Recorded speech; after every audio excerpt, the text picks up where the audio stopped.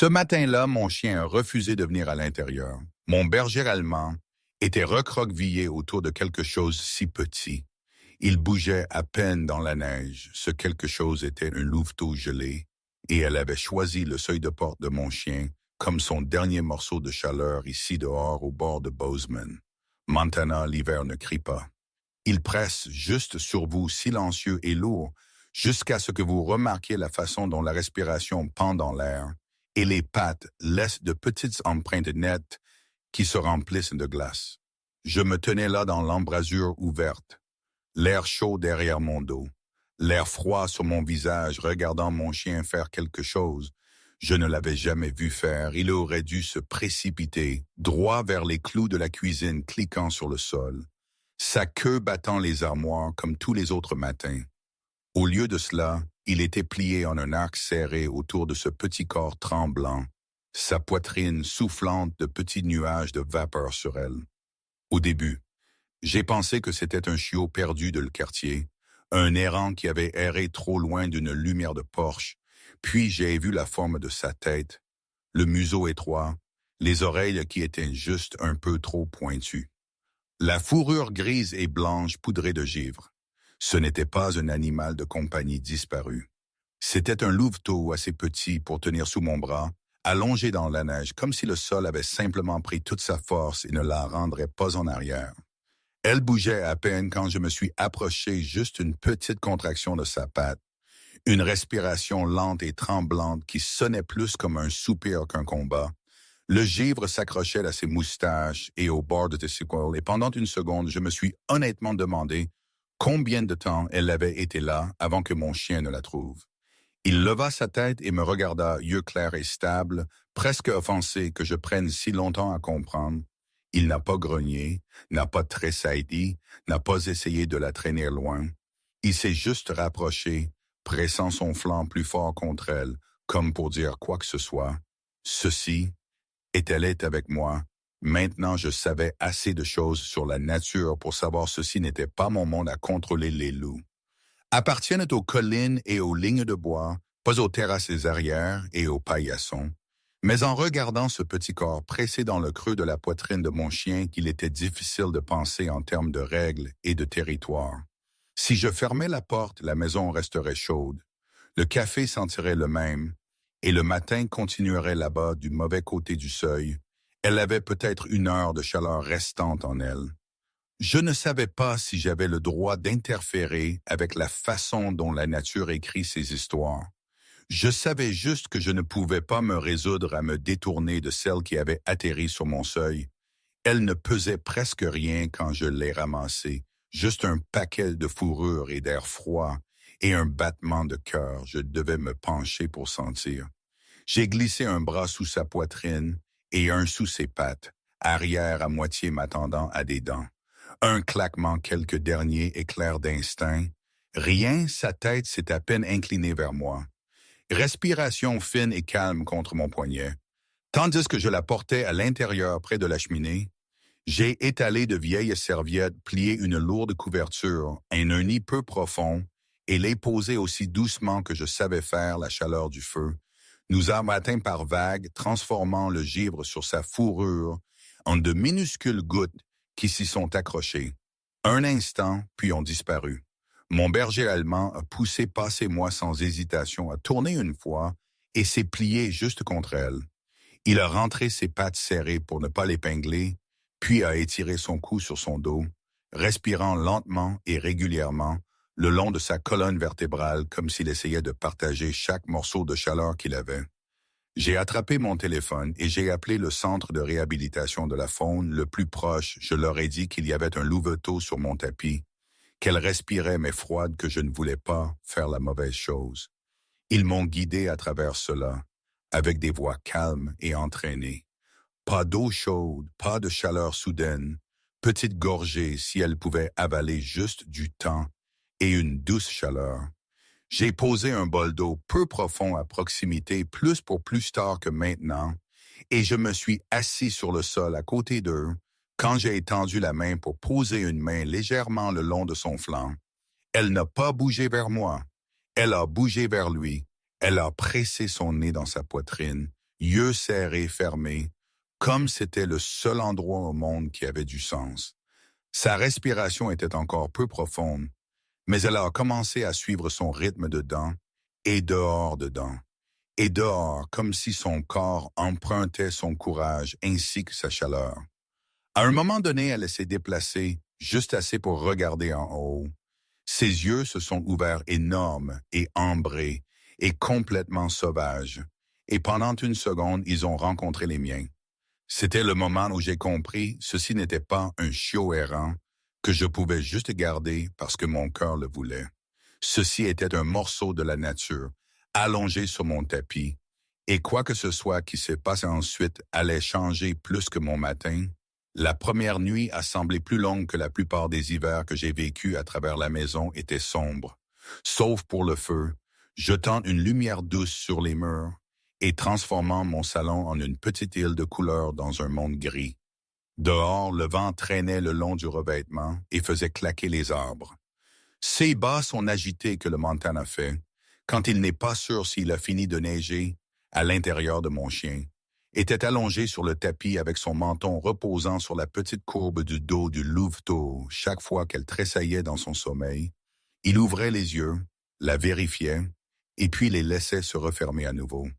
Je me suis assis sur le sol à quelques pieds plus loin, le dos contre le canapé, sentant mes genoux se plaindre et les ignorant. J'avais vu des loups avant des années, juste des taches contre une ligne de crête lointaine bougeant comme une ligne de gris à travers la neige. J'avais toujours respecté cette distance, l'accord silencieux que leur monde et le mien ne se frôlaient qu'au bord. Maintenant, un morceau de cette crête lointaine respirait sur mon tapis. Le centre de réhabilitation m'avait dit de lui donner de petites quantités prudentes de formules chaudes. Rien de précipité, rien de forcé. Donc, de temps en temps, je soulevais sa tête d'une main et j'ai doucement amené la pointe de la seringue à ses lèvres, regardant pour tout signe qu'elle pouvait avaler mon chien, a fait le reste. Il léchait doucement son museau, juste assez pour déclencher un petit réflexe, et je la voyais gorge travailler une lente déglutition. À la fois, elle frissonnait par petites rafales pattes, pagayant à rien, comme si son corps pensait encore qu'elle courait à travers des congères, quelque part loin de mon feu. Une fois sa patte arrière a donné un coup sec et elle a émis un son qui n'était pas tout à fait un gémissement et n'était pas tout à fait un aboiement, plus comme un souvenir essayant de se frayer un chemin dehors. Plus près de l'aube, la pièce semblait plus petite, plus calme, comme si nous étions les trois seuls restés éveillés dans tout l'état. Le louveteau a essayé de lever sa tête toute seule, et un fragile hurlement voilé a glissé dehors, à peine plus fort que le crépitement des bûches. Mon chien a répondu avec un son bas de profond dans sa poitrine. Pas fort, pas aigu, juste un grondement régulier qui a rempli l'espace entre eux pendant un instant. Après cela, sa respiration a bégayé et est devenue fine, et je me suis retrouvé à compter les secondes entre chaque soulèvement de ses côtes.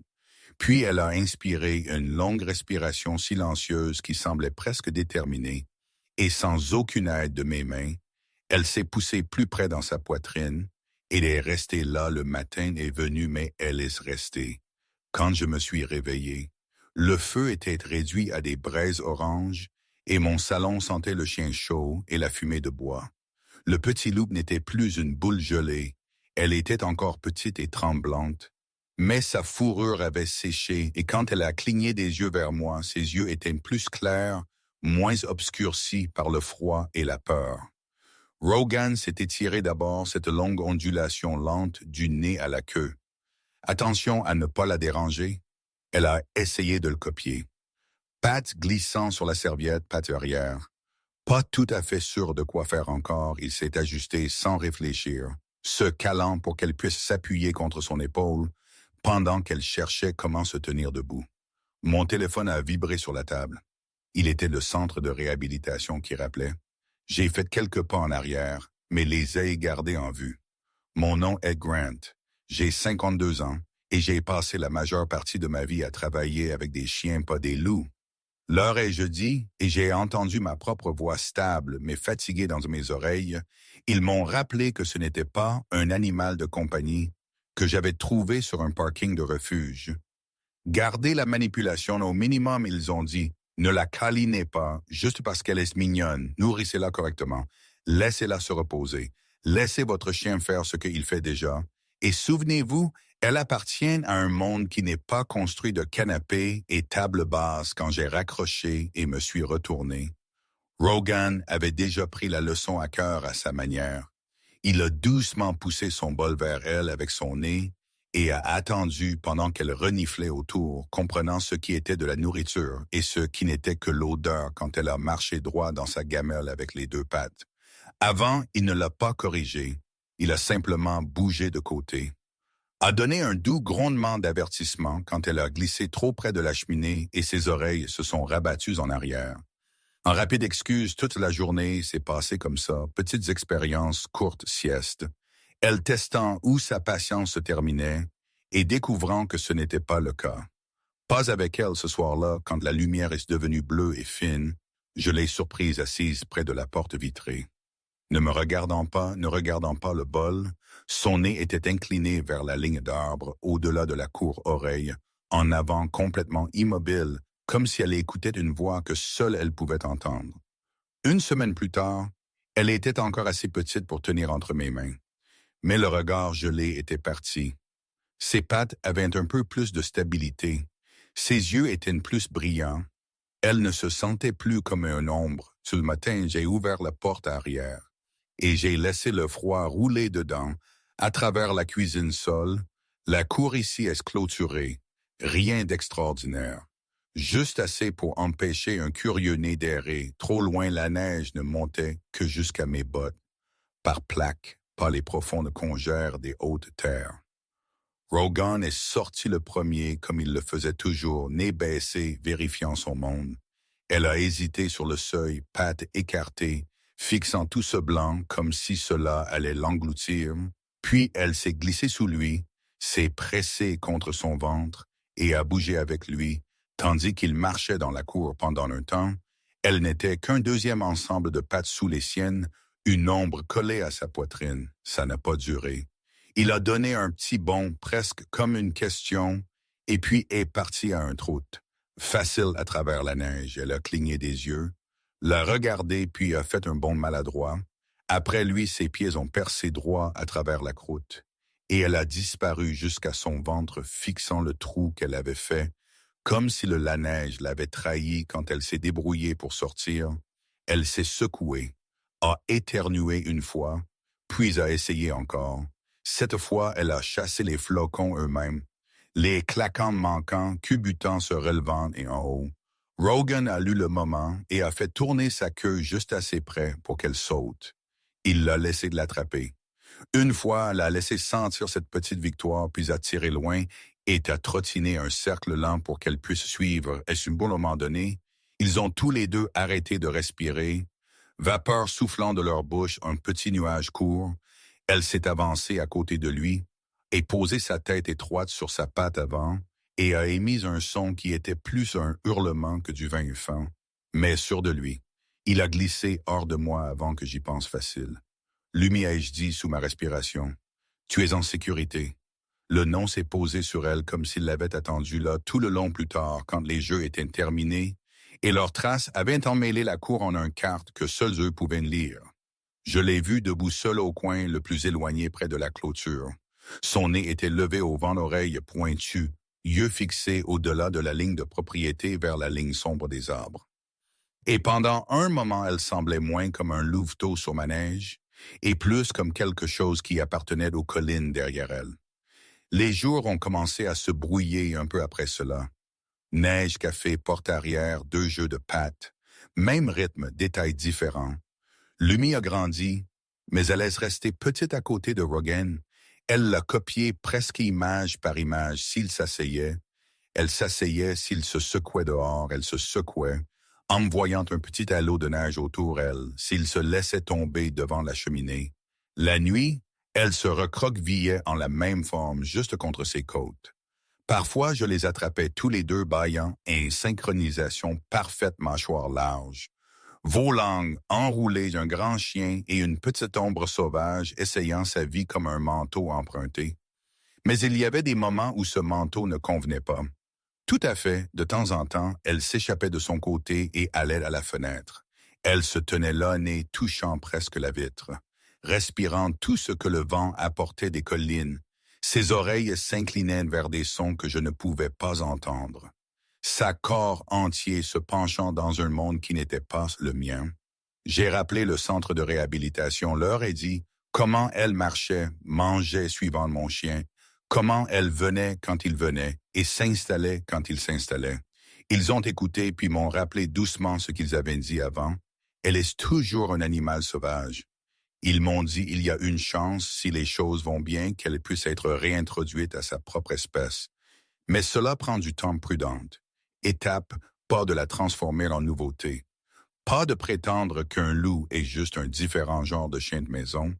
Je l'ai regardé pendant qu'il parlait, à la façon dont elle a rentré son nez dans la fourrure épaisse de la poitrine de Rogan, comme si c'était l'endroit le plus sûr sur Terre, elle ne ressemblait pas à quelque chose de dangereux. Elle ressemblait à un louveteau qui avait décidé que ce grand chien stable était son ciel entier. Je serai honnête avec vous. Leur ai-je dit, j'avais peur de m'attacher davantage que je ne l'étais déjà. Était peur de faire ce qui était le mieux pour elle et de la perdre à cause de cela.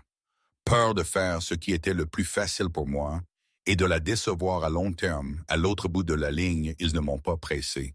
Ils ont juste dit dans quelques semaines, nous pouvons venir jeter un coup d'œil à elle, regarder comment elle bouge, voir comment elle réagit. Puis nous parlerons de la prochaine étape.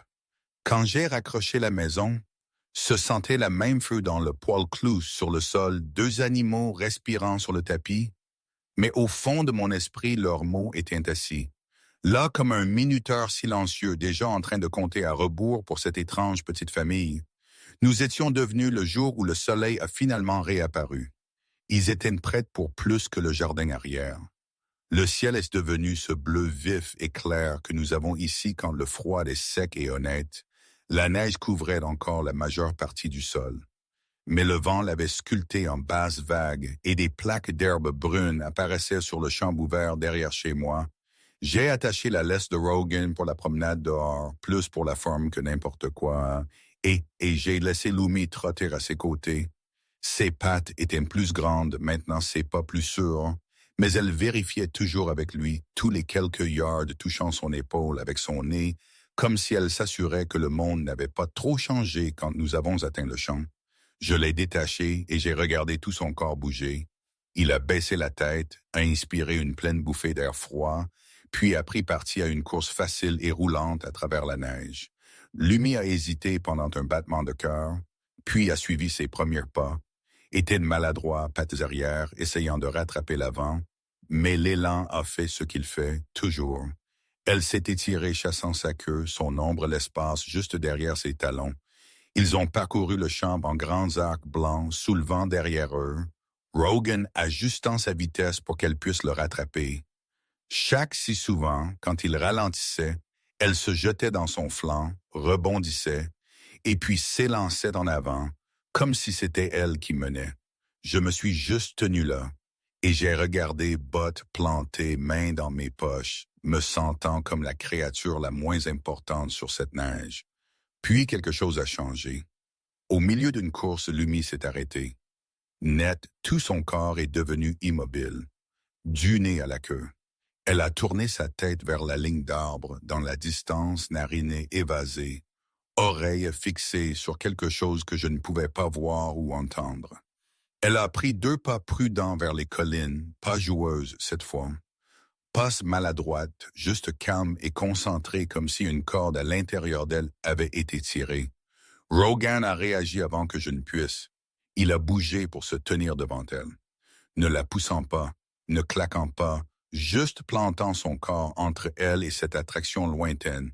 Il a légèrement cogné sa poitrine avec son nez, puis a jeté un coup d'œil en arrière vers moi comme pour vérifier, avant de la guider en arrière dans le lâche cercle que nous avions usé dans la neige sur le chemin du retour. La lumière a commencé à s'amincir, ombre s'étirant longue à travers les petites élévations derrière la maison. Quelque part au-delà de la dernière colline, un vrai loup a appelé plein et profond le son roulant sur nous comme l'eau. Lumi a gelé à nouveau, oreilles dressées, yeux fixés sur l'horizon, puis elle a répondu sa propre voix haute et fine mais stable, envoyant son petit son de nouveau dans ce grand. J'ai senti quelque chose dans ma poitrine se resserrer, tandis que leur voix traversait ce champ, quelle que soit la ligne que je pensais exister entre notre cour et la nature, n'était pas aussi solide que je ne l'avais prétendu quelques jours après cette course sur le champ ouvert. Le temps s'est de nouveau retourné contre nous. Le ciel est tombé plus bas. Le vent s'est levé et la neige a commencé à tomber épaisse et régulière. Au lieu de légère et joueuse laisser sortir les chiens pour une courte pause, pipi était devenu une mémoire musculaire.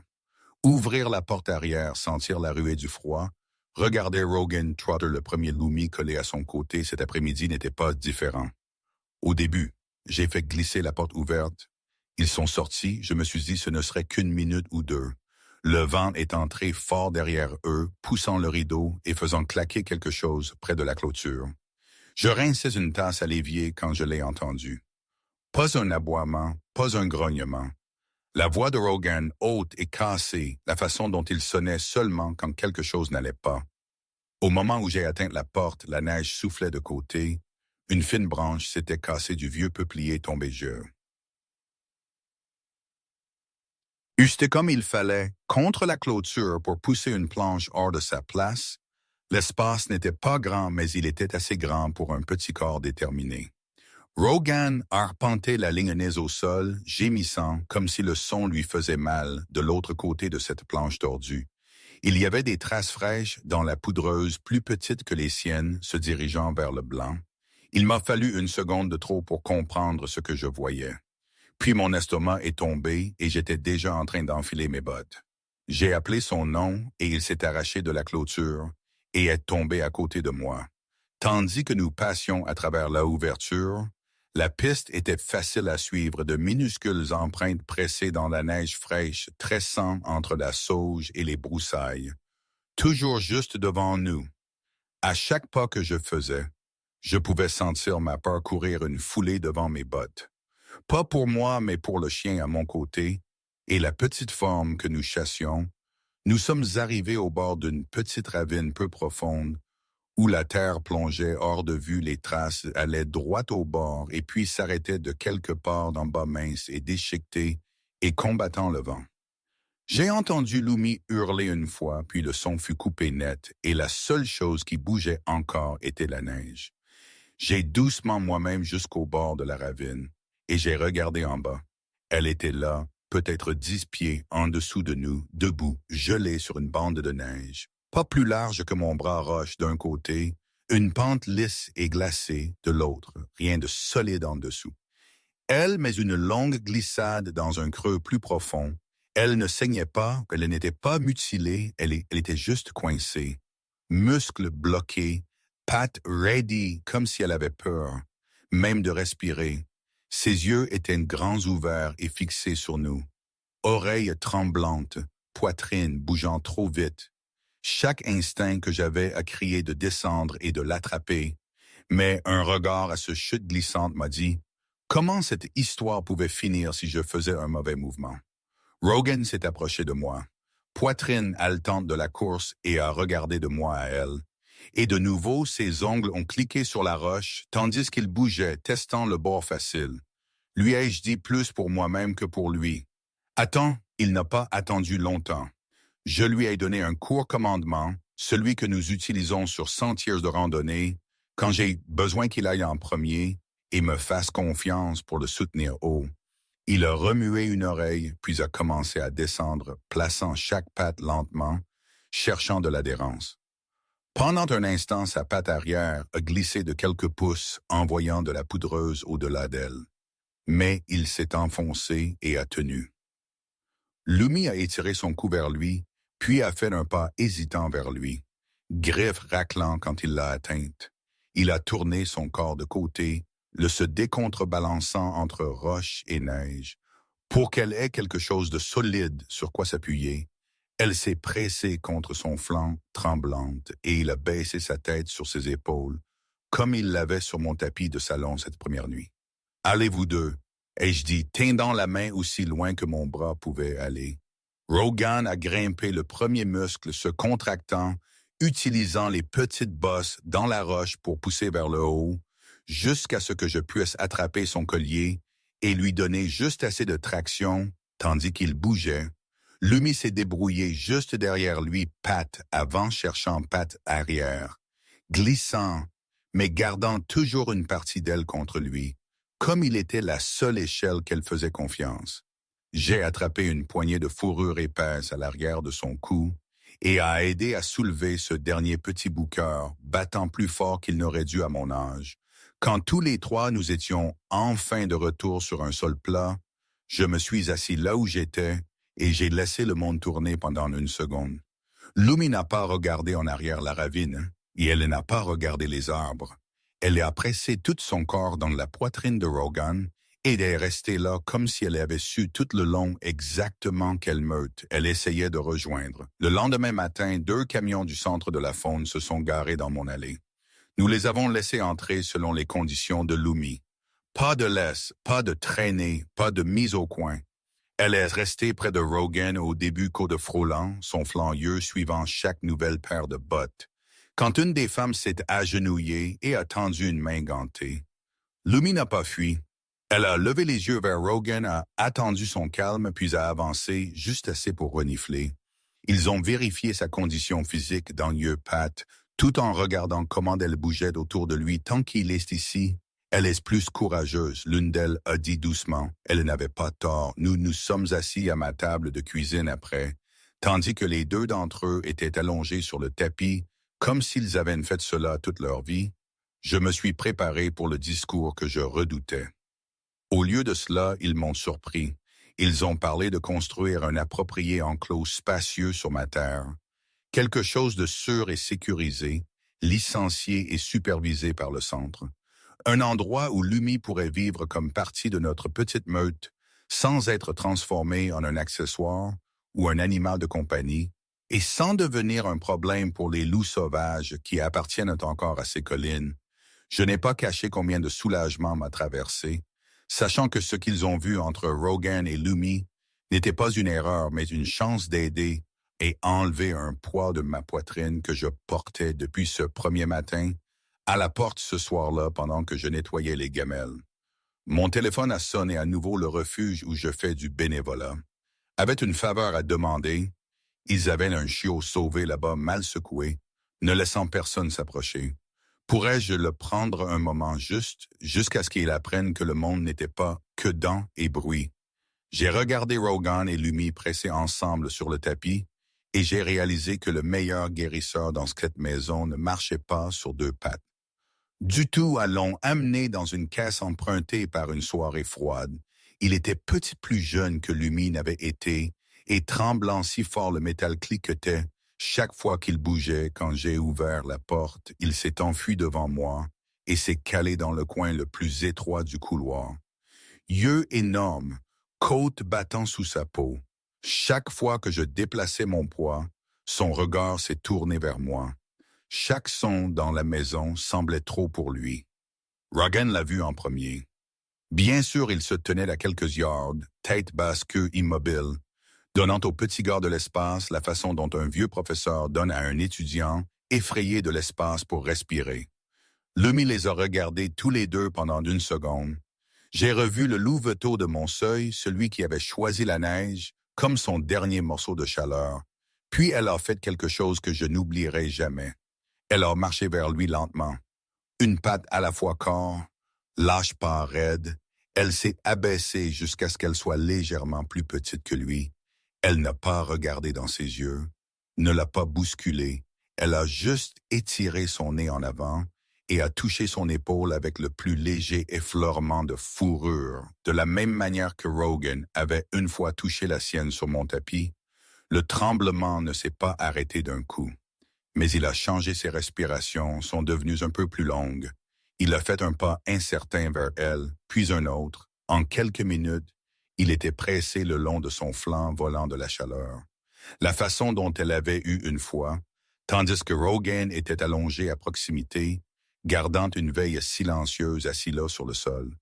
J'ai réalisé que cet étrange père avait déjà sauvé plus d'une vie, et la seule vraie question restante était combien d'autres animaux effrayés ils pouvaient sortir de leur propre genre de neige.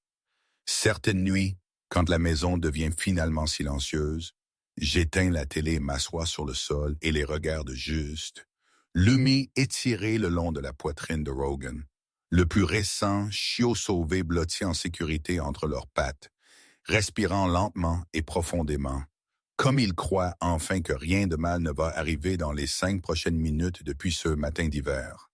Au seuil, plus de chiens effrayés sont passés par cette maison, différents visages, histoires différentes, le même tremblement dans leurs pattes quand ils arrivent pour la première fois, et chaque fois le schéma se répète. Ils étudient Rogan à distance, décident qu'il est solide sur n'allant nulle part, puis ils voient Lumi, la petite louve qui aurait dû appartenir seulement aux collines, s'abaisser au sol et offrir le même accueil silencieux. Elle avait une fois tellement besoin. Je remplis les bols, lave les couvertures, réponds aux appels téléphoniques, mais ce sont eux qui font le vrai travail. Ce sont eux qui enseignent à chaque nouveau louveteau effrayé que la chaleur peut être digne de confiance, qu'une main tendue pourrait signifier de l'aide cette fois, au lieu de la blessure quand les gens me demandent pourquoi je continue à dire oui à une queue cassée de plus, un corps tremblant de plus. Je leur dis ceci, ce petit gosse voyage de l'abandon à la réhabilitation montre à quel point les groupes de sauvetage à but non lucratif sont vraiment importants. Prendre soin d'un chiot sauvé est plus que de l'amour. C'est de la responsabilité. C'est un animal de compagnie. Soin, c'est se montrer quand il serait plus facile de détourner le regard. Si vous entendez ceci, vous faites déjà partie de leur cercle, partagez leur histoire, soutenez votre refuge local ou réhabilitation de la faune, parlez des chiens qui n'ont pas abandonné, même quand le monde s'est tourné froid sur eux. Chaque vue, chaque partage, chaque petit acte de gentillesse peut tirer un autre animal hors de la neige. Ils n'étaient jamais destinés à affronter. Seuls rejoignez notre famille, patte courageuse. Soyez-le.